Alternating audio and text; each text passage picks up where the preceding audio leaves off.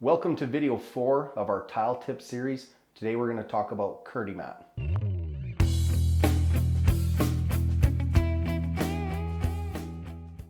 Hey everyone, it's Cody with Up to Code.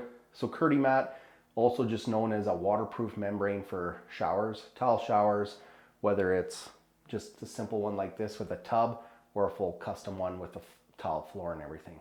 So Kerdi mat, I guess right off the hop, I tell people, I don't care if it's just a tub with a tiled surround. You have to use Kerdi mat. You have to protect your walls.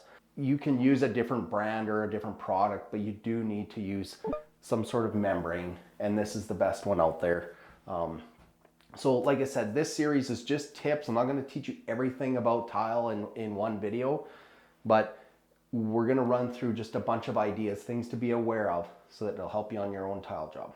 So Kerdi mat, if you come look over here, we have a video on just keeping a nice clean Schluter line, because you see how nice and clean this looks to the drywall, but also just, well, we have a pre-planning video too, but just making sure that the Kerdi is back from your Schluter edge. Over here you can see that there's an overlap right here.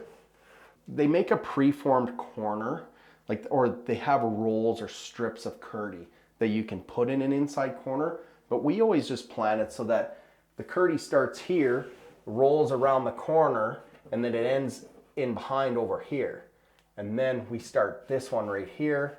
We go the full width, and then we just do it that way. Rudy laid it out a little bit different. My brother Rude's the one doing the tile work in this one, and he's also filming me today. So yeah, over here, again, this is how Rudy actually started here, wrapped around the corner. This is a full width to here, and so on. So you can see here's an overlap. Now, if you pay attention to the pre-planning video we did, if you're checking your walls for bows, if you're on a, like let's say for example on this wall, if you have a bow that's going inward, you'd want to plan an overlap on there because it's not going to interrupt or affect your tile. But let's say this wall's bowed outward, you wouldn't want an overlap right there because it's going to exaggerate that bow. I'm going to show you the custom tile shower that we're doing next and give you a few pointers there as well. So the other thing is we're not there yet. This shower is going to have a curb and it's going to have the preformed pan with the slope.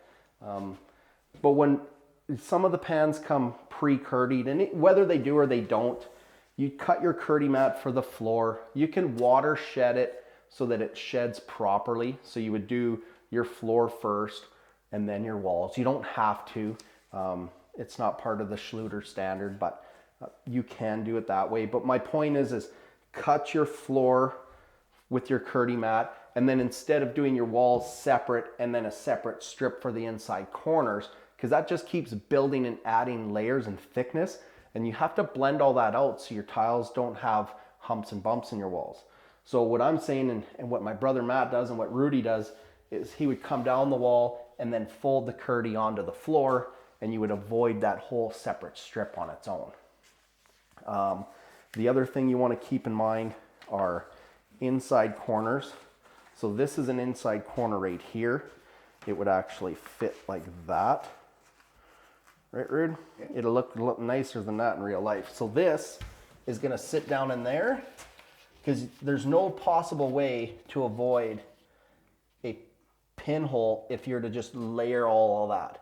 So this avoids a ton of layers and avoids a pinhole in the corner. So you want to use these.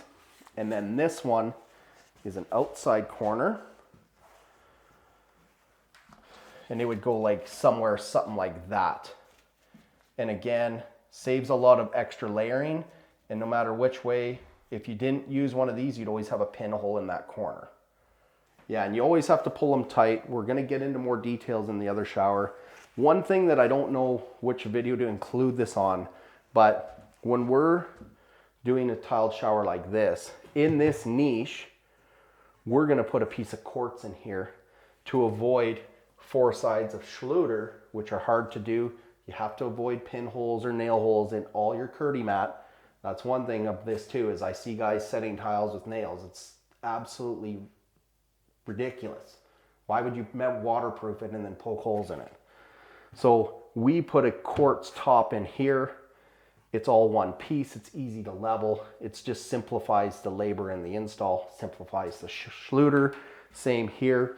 This whole one piece will be a piece of quartz or granite. One piece, we can tilt it just slightly so the water drains in. It's nice and straight for the glass, guys.